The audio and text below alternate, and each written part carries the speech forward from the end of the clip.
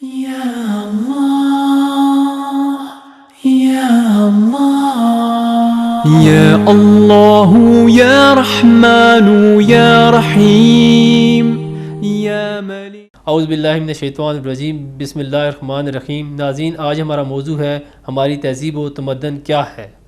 پاکستان کو بنے ابھی ایک صدی بھی نہیں گزری، مگر تہذیبوں کا سفر کئی صدیوں پر محیط ہوتا ہے۔ بحیثیت پاکستانی ہماری جڑیں قدیم ہندوستان کے ساتھ جڑتی ہیں، مگر دوسری طرف ہمیں بتایا جاتا ہے کہ ہم مسلمان ہیں اور ہماری تہذیب اسلامی ہے۔ اس کے ساتھ ہی ہمیں عربوں کی 1500 سالہ پرانی تہذیب کے ساتھ جوڑ دیا جاتا ہے۔ آج ہر پاکستانی ان دو تہذیبوں کے درمیان کشمکش میں کھڑا ہے۔ اس پر مزید گفتگو کرنے کے لیے ہمارے ساتھ موجود ہیں professor doctor Anis Ahmed, vice chancellor Riphah international university Islamabad. السلام علیکم سر۔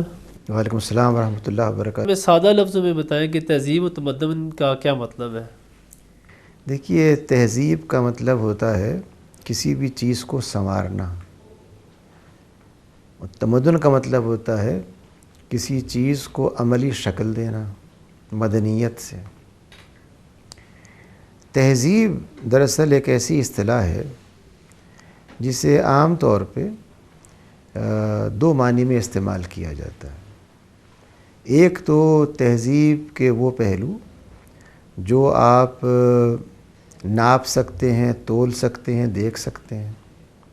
چنانچہ آپ کہتے ہیں کہ یہ قدیم تہذیب ہے، یا یہ قدیم کوفی خط ہے، جس کا مطلب یہ ہے کہ وہ خط مربع شکل میں ہوگا، اسکوائر شیپ میں ہوگا۔ یا آپ کہتے ہیں کہ یہ تہذیب کا جدید کارنامہ ہے، جس کا مطلب یہ ہوا کہ جو جدید تہذیب ہے وہ کیا انقلاب یا کیا خرائی پیدا کر رہی ہے۔ تو یہ ہوا اس کا ایک مینیفیسٹ پہلو جو ظاہر ہے۔ لیکن تہذیب سے اصل مراد وہ اصول، وہ اقدار ہیں جو کسی بھی تمدن کی بنیاد بنتے ہیں۔ چنانچہ اسلامی تہذیب توحیدی تہذیب ہے، یہ توحید کی بنیاد پہ قائم ہوئی ہے۔ تو اس کی چاہے ادب کی تشریح ہو، یا اس کا فن تعمیر ہو، یا اس کے دیگر معاملات ہوں، ان سب کے اندر جو چیز بنیاد بن جائے گی وہ توحید ہوگی۔ گویا توحید وہ قدر ہے، وہ اصول ہے جو اس کے فن تعمیر میں، اس کے ادب میں، اس کے شعر میں، اس کے سیاسی نظام میں، اس کے معاشی نظام میں نظر آئے گا۔ اور معاشی نظام اس تہذیب کا مظہر ہوگا۔ اس کی بنا پر جو شہر بنے گا، اس شہر کا نقشہ کیا ہو، اس شہر میں مسجد ہو یا نہ ہو تو کس مقام پر ہو، شہر کے مرکز میں ہو یا شہر کے جنوبی کونے میں ہو یا شمالی کونے میں ہو۔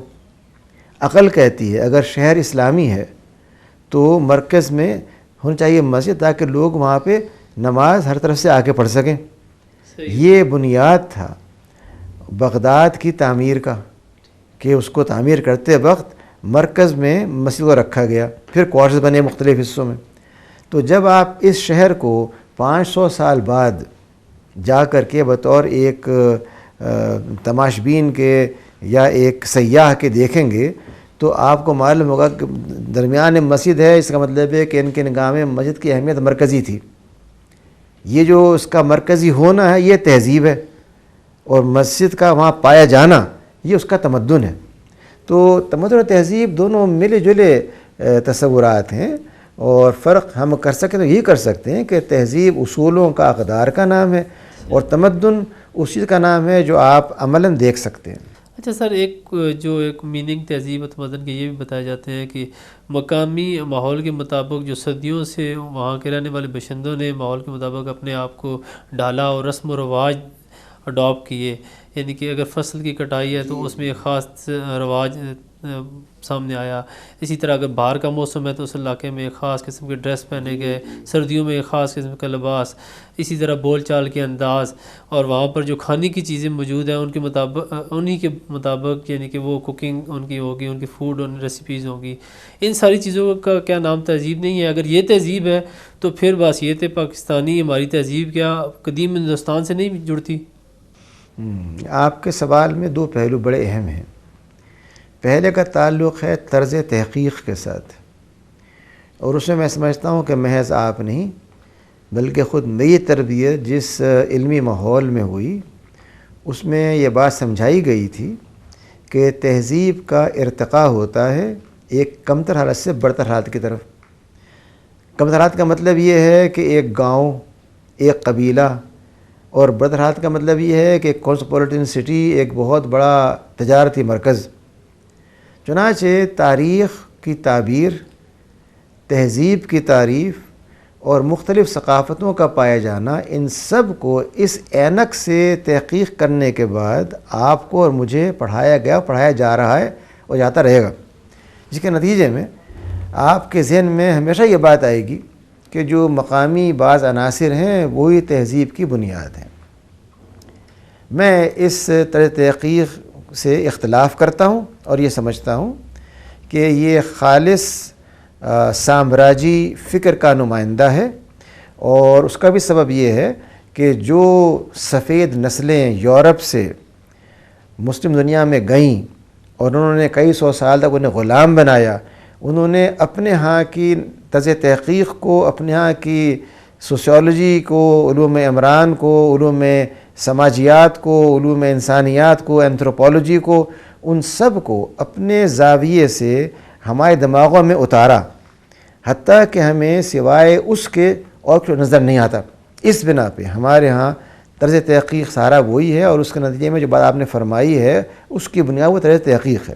دوسری بات یہ کہ آپ نے کہا کہ مقامی رسوم و رواج، مقامی رسوم و رواج تو ہر جگہ ہو سکتے ہیں، ہونے چاہیے.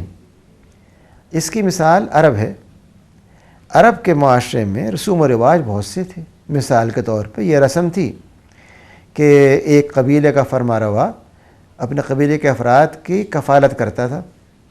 یہ رسم تھی کہ ایک قبیلے کے سربراہ کی اگر موت ہو جائے تو جو اس کی جگہ اس کا بیٹا سربراہ بنے گا وہ اس کی بیوی کو یا اپنی والدہ کو اپنے حرم میں شامل کر لے گا. یہ رواج تھا وہاں کا. یہ رواج تھا کہ اگر ان کے گھر میں ایک لڑکی پیدا ہو جائے تو سخت افسوس کا مظاہرہ کیا جائے گا، اور عام طور پہ اس کو یا تو پیدا ہوتے ہی مار دیا جائے گا یا اس کی حیثیت نہیں ہوگی ایک جو انسان کی ہوتی ہے. یہ عرب کے وہ رواج تھے جن پہ ان کو فخر تھا. اسلام عرب کے رواج کی پیداوار نہیں ہے. اسلام جو تہذیب پیدا کرتا ہے اور جو تہذیب عرب میں اس نے رائج کی وہ عربی رواج نہیں تھے، بلکہ وہ الہامی وحی کی بنیاد کے اوپر جو اصول آئے ان کی بنیاد پہ رسوم و رواج کو تبدیل کر کے اور صرف ان کو باقی رکھا جو پہلے سے اللہ تعالیٰ کی بھیجی شریعت کے مطابق تھے. چنانچہ آپ دیکھیے کہ پولیگیمی یا تعدد ازواج یہ پہلی شریعتوں کے اندر ہی موجود تھی. اسلام نے اس کو محدود کر دیا. یا قصاص کی سزا یہودی کتب میں پائی جاتی ہے، عیسائیت میں پائی جاتی ہے، اس کو اسلام نے باقی رکھا، لیکن تبدیلی یہ کر دی کہ بجائے فوری طور پہ قصاص کی طرف جانے کے یہ تعلیم دی کہ اگر کسی نے قتل کیا ہے تو تم اس پہ غور کرو کہ اسے معاف کر دو. اگر معاف نہیں کر سکتے معاوضہ لو خوں بہا، اگر وہ نہیں ہے تو پھر قصاص. یعنی اس میں تبدیلیاں پیدا کیں، لیکن یہ نہیں ہوا کہ جو معاشرے کے رسم و رواج تھے ان کو میں سینکٹیفائی کر دیا ہو. اسلام خود اپنے اصول لے کر کے آیا، ان اصولوں کی روشنی میں جو چیزیں پورا اترتی تھیں اسے اس نے الاؤ کیا، قبول کیا، جو نہیں اترتی ان کو اس نے منع کر دیا. گویا کہ اسلامی تہذیب کی جو پیداوار ہے وہ نہ تو عربوں کی احسان مند ہے، نہ ترکوں کی احسان مند ہے، نہ ایرانیوں کی احسان مند ہے، بلکہ یہ ساری اقوام، وہ عرب ہوں، ترک ہوں، ایرانی ہوں، پاکستانی ہوں، وہ سب احسان مند ہیں اللہ تعالیٰ کی بھیجی ہوئی وحی الہی کے، جس کے اندر وہ اقدار پائی جاتی ہیں، وہ ویلیوز پائی جاتی ہیں جو کہیں کی بھی ثقافت کو تبدیل کر اسلامی ثقافت بنا دیتی ہیں.